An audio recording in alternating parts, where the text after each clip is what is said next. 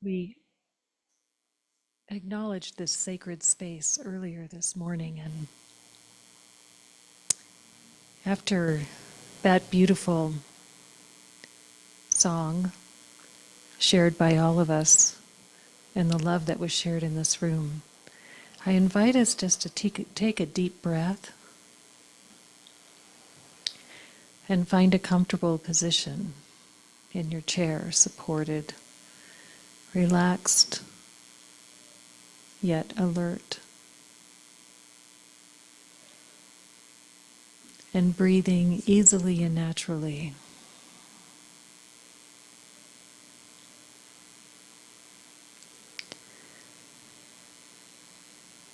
Bring your awareness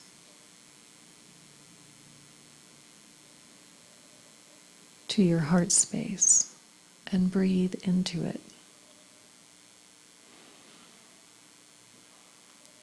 Feel that expansion, the spaciousness.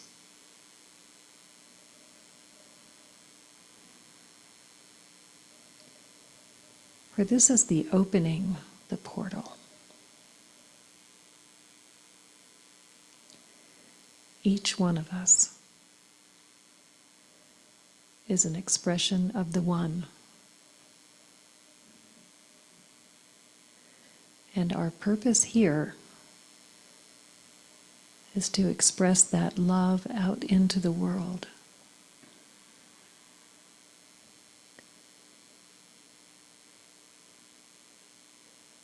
And so bringing our mindful attention to that heart space, embracing and embodying the love of Source, the allness, the isness, the wholeness.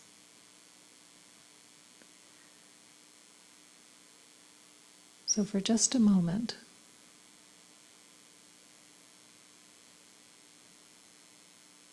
bring your attention to the breath, filling your being, and feel into the light that grows there.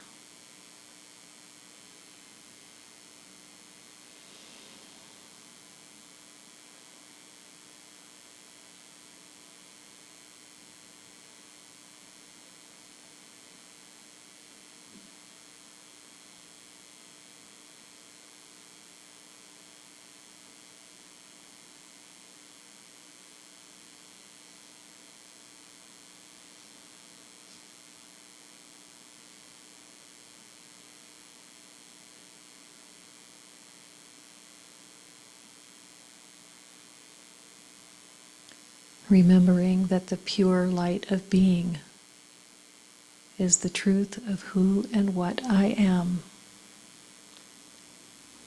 It's the truth of all beings, all creation.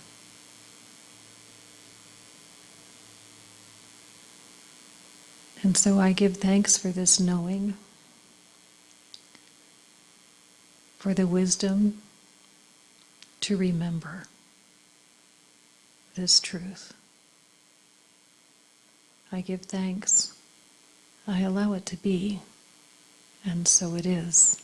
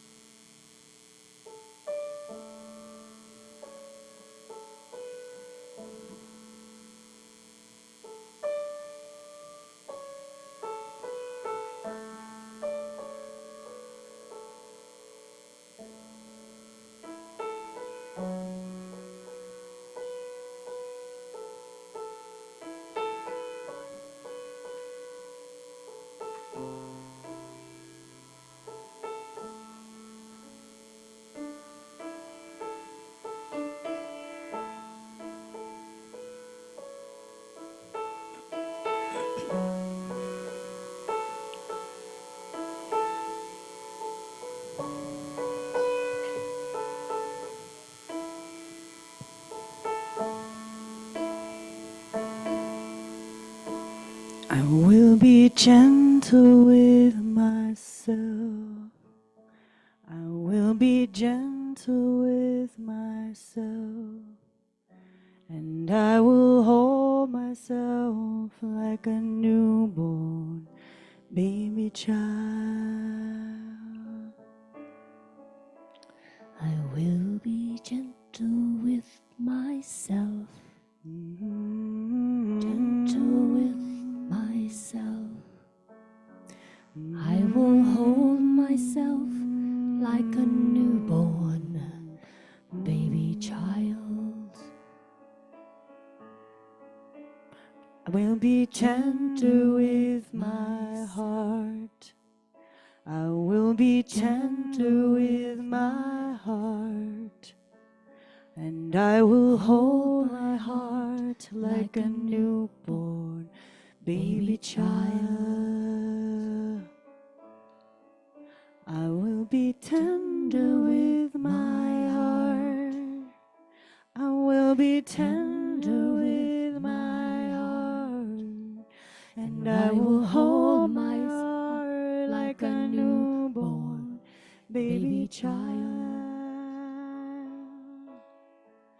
And I will only go as fast as the slowest part of me feels safe to go.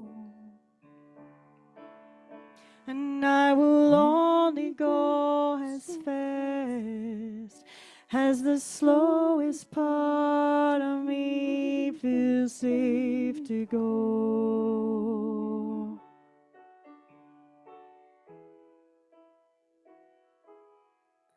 I will be easy on myself. I will be easy on myself. And I will love myself like a newborn baby child. I will be easy on myself. I will be easy on myself. And I will love myself like a newborn baby child. And I will only go as fast as the slowest part of me feels safe to go. And I will only go as fast as the slowest part of me feels safe to go.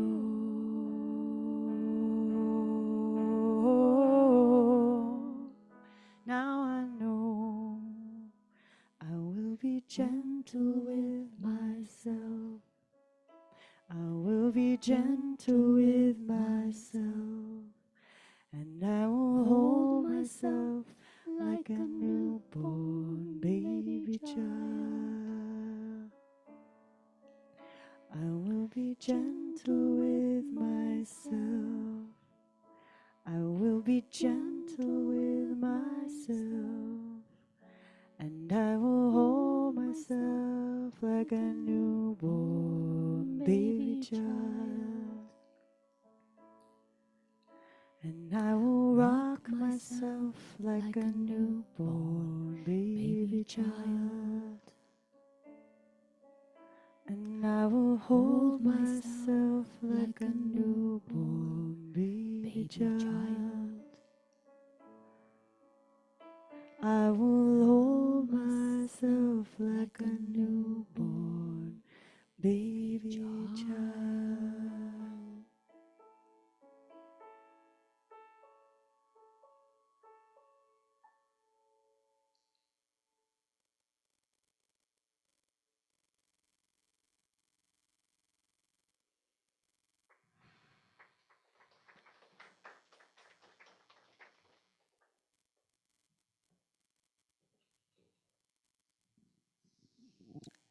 Thank you, One Voice. That was lovely. I would now like to give a little more formal introduction to our guest speaker this morning.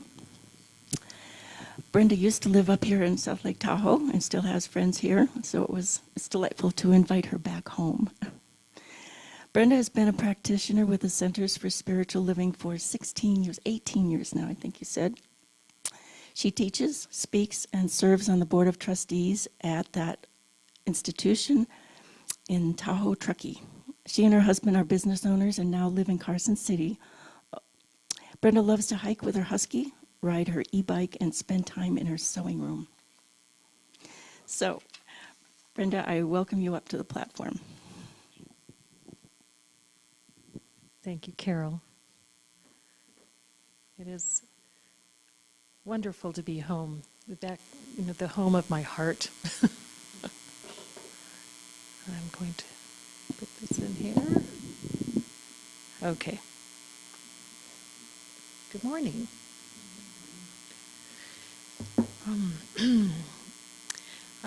When I was invited to speak, I gave some thought to exactly what I wanted to talk about, and it seems appropriate. Thank you. Okay. To go all the way back to the beginning, to the creation story, to the creation myth, and invite us to maybe adopt a new creation story. So there is, of course, the creation story that's told in Genesis, and Genesis is attributed to Moses. And it's the familiar story of the 6 days and nights, and then the seventh day of rest. The first man and the first woman, Adam and Eve, and the Garden of Eden. This is a story that is deeply ingrained in our culture and very familiar to us. And then there are creation myths that are closer to home. The Washoe, for instance, have a rich story of their origins, involving a coyote deity, a goddess, and cave rock. So we truly are on sacred ground. Each of us has a creation myth of our own, an origin story that was taught by our parents, society, and the educational system. There's only one problem, however, just one. And it's all these stories and myths and legends, they require our agreement to give them power.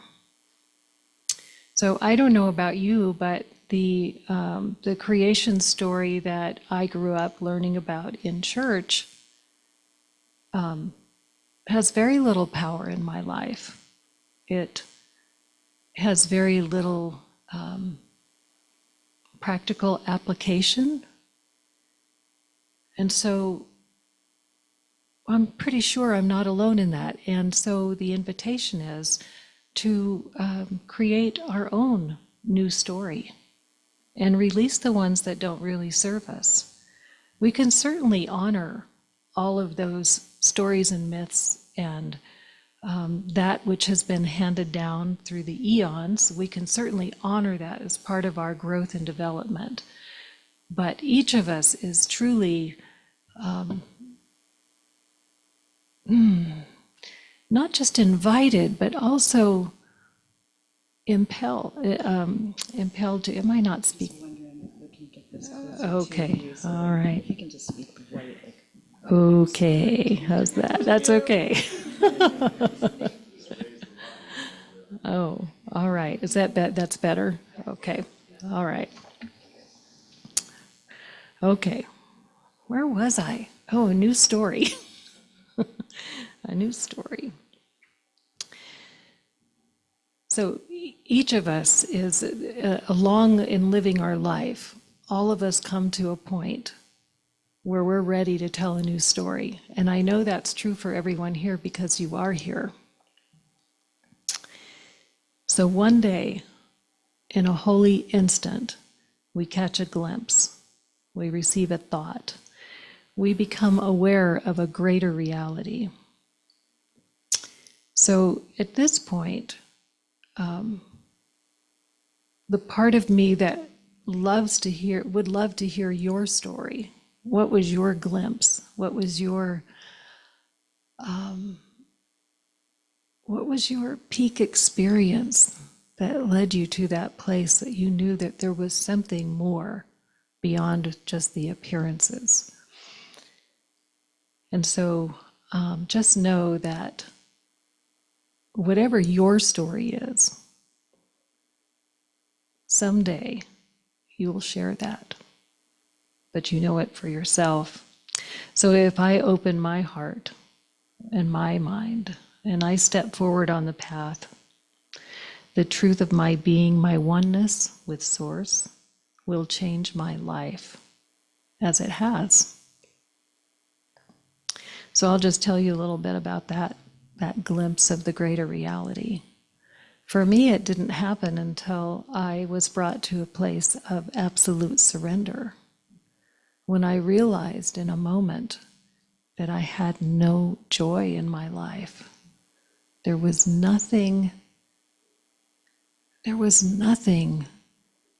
was keeping me here.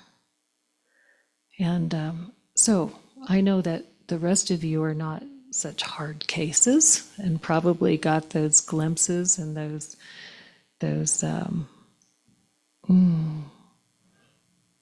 holy instants, probably much before coming to a place of absolute surrender. But that surrender is what it took for me. And the moment of that surrender was absolute freedom. And I knew when you don't have anything to lose, all the fear goes away. In that moment, there's nothing to fear, there's nothing to cling to, there's nothing, the identity is gone. My identification with who I thought I was and what was important was completely gone. None of it mattered anymore. And for me, that was my glimpse of greater reality. And since that time, I have had more and more of those glimpses, but they've come from a place of joy, from a place of recognition. And one that I can think of very clearly, in the moment that I bring the thought in, I inhabit that space again. And it's known commonly as nature mysticism, but essentially I was walking in the forest, right here, this forest. I was walking in the forest with my companion, my husky, and I was suddenly overtaken by a sense of connection with all that is. There was an understanding that there was no place where I begin and creation ends. We were intricately entangled, and I was all that I could see, and I felt the heartbeat of creation. And it didn't last very long, but it doesn't matter, because the moment I go back there in mind, I inhabit that space. And I imagine that everyone has had those moments. They're fleeting. They're not predictable. You can't make it happen. And I love this quote from Ram Dass. I think it's fabulously irreverent and very true. And he says, I'm just paraphrasing because I don't think it's verbatim, but he said something like, meditation does not cause enlightenment. Enlightenment is an accident, but meditation makes you accident prone. So I really appreciate that idea. So when I'm sitting in meditation, when I am in silence,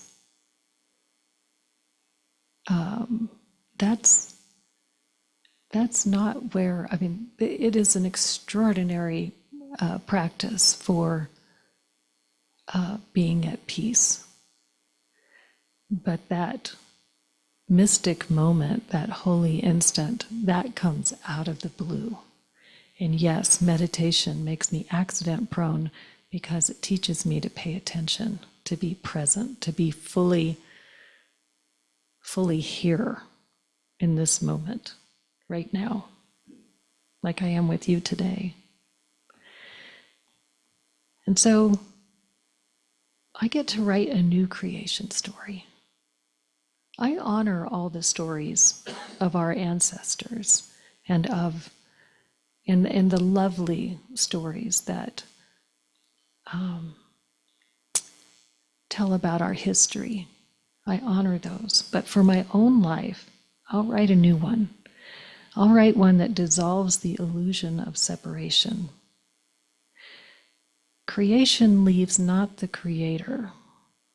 God and I, we are one. So all seeming important facts, like your family of origin, nationality, gender, your lived experience, are now reknown as a dreamscape. So that's the difference between facts and truth. Facts change all the time. The fact of my lived experiences, they change as I grow and change. It's not the truth. The truth, with a capital T, is that God and I, we are one. I am the creation that never left its creator. There is no separation between God and I. And guess what that means? There's no separation between myself, my individual expression, and you. Every one of you, the divine spark that's within you is the same spark that's within me. And I recognize it, I see it, I celebrate it. So my new story, it doesn't deny the particular facts about this particular incarnation. It just doesn't get lost in identifying as a body. So what does it look like to live from truth? Well, if I know that I am not a body, or my thoughts, history, and lived experience, then I'm free to be as I was created by God. It looks like joy, peace, loving kindness. I walk through the world open-hearted and unguarded. I see with spiritual vision the divine truth of all beings. I see beyond appearances of the unconscious, of those that are unconscious of their divine nature, those gripped in fear, believing that they are separate from God. I witness the world and all of its beauty and all of its tragedy, and see it for the dreamscape that it is. For we never left the garden. We only fell asleep and forgot who we are. So today we tell a new story of awakening. And I'd like to share some words from Ernest Holmes. This is from the book, This Thing Called You. And it's a small book. It's very unassuming. It would get lost in the bookshelf of much flashier covers. But the wisdom in this book is extraordinary. And so he says, there is no law of human hereditary imposed upon you. Evil has no history. Limitation has no past. That which is opposed to good has no future. The eternal now is forever filled with the presence of perfect life. You always have been and forever will remain a complete and perfect expression of the eternal mind, which is God, the living Spirit Almighty. And then he offers this prayer. Today I enter into the limitless variations of self-expression which the Divine Spirit projects into my experience. Knowing that all experience is a play of life upon itself, the blossoming of love into self-expression, the coming forth of good into the joy of its own being, I enter into the game of living with joyful anticipation and with enthusiasm. I play the game of life well, and I enjoy it. Today I enter into my divine inheritance, shaking my thought clear from the belief that external conditions are imposed upon me. I declare the freedom of my divine sonship. I possess the kingdom of God in all its fullness. I look long, sincerely and simply upon every object and every person, and I wait at the doorway of my expectation until my acceptance grants me the privilege of beholding his face forevermore. I shall not wait long, for today I expect to see his shining presence. I expect to don the seamless robe of divine union. Today is my day. I let it live itself through me.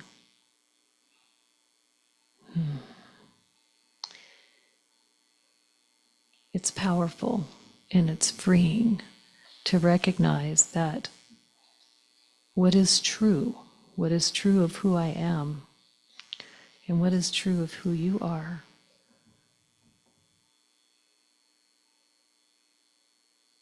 has no limits, and it is not subject to history. And so the invitation for today is to set aside your internal fact checker. So whatever it is that you believe about yourself, about your limitations, perhaps it's a health challenge, perhaps it's an emotional estrangement, perhaps it's sadness.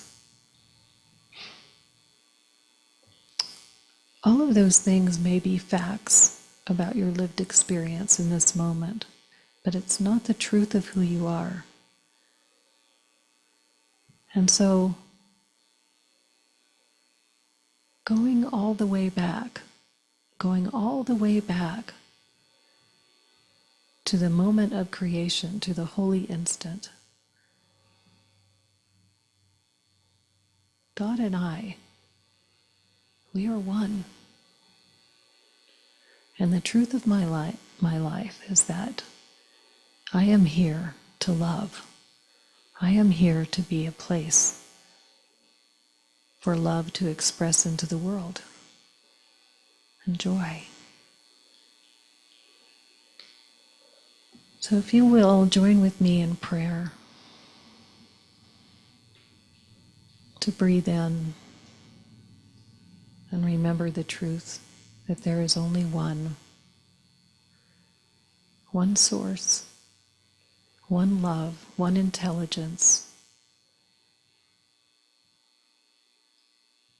one thought. And knowing that of this one, I am created from it. Each of us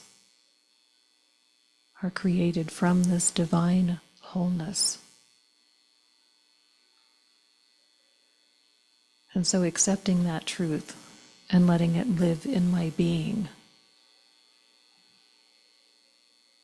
all fear melts away, all uncertainty,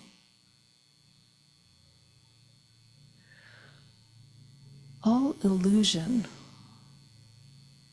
that mistaken belief that we are separate, each of us isolated, vulnerable. I can breathe in the truth of who and what I am, the pure light of being, and I am held in the embrace of the divine. This is true for me. This is true for each one here. And so I release my word into the law of God, which acts upon my intention and is always fulfilled. And with a full and grateful heart, I give thanks. I allow it to be, and so it is. Blessings.